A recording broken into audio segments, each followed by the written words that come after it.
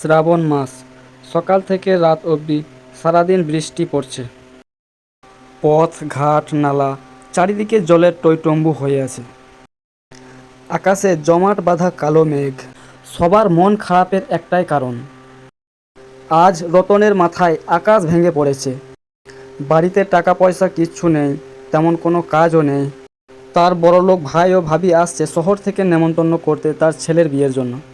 দুপুরে খাবে বলেছেন তাদের বাড়িতে। বহুদিন পর তারা তাদের বাড়ি আসছে। বড়লোক ভাই আসছে বাড়িতে, ভালো কিছু খাওয়াতেই হবে।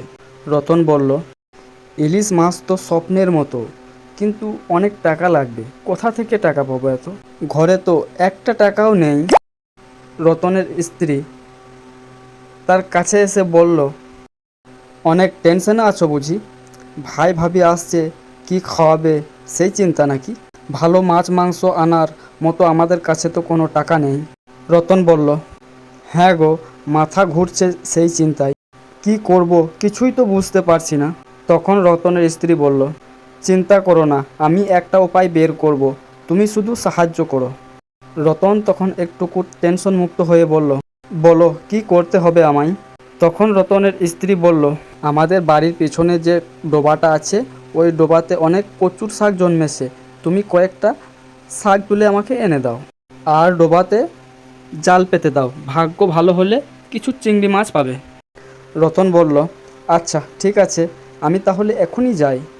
রতন হাতে জাল নিয়ে চলে গেল তাদের ওই পেছনের ডোবায়। প্রায় 2 ঘন্টার পর আবার সে বাড়ি ফিরে এলো। মুখে তার আনন্দের হাসি।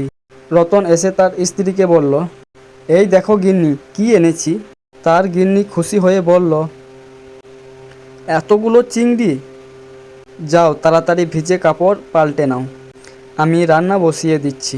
তোমার ভাই ভাবি আসতে তো আর দেরি নেই। দরজায় কড়া নাড়ার শব্দ হলো। তার ভাই ভাবি এসে পড়ল মিনিট 10-এর মধ্যে।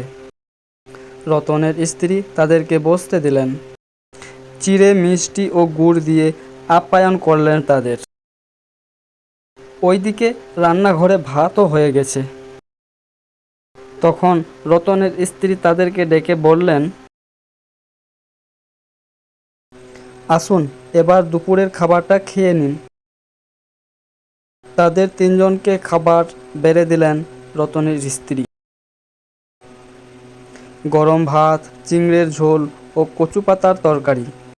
তখন তার ননদ তাকে বলল, এটা কি ভাবি, খেয়েই দেখুন না একবার। আহ, খাবারের এত স্বাদ, সে কখন খেয়েছি এত স্বাদ আলা খাবার। কচু পাতা দিয়ে চিংড়ির রান্না।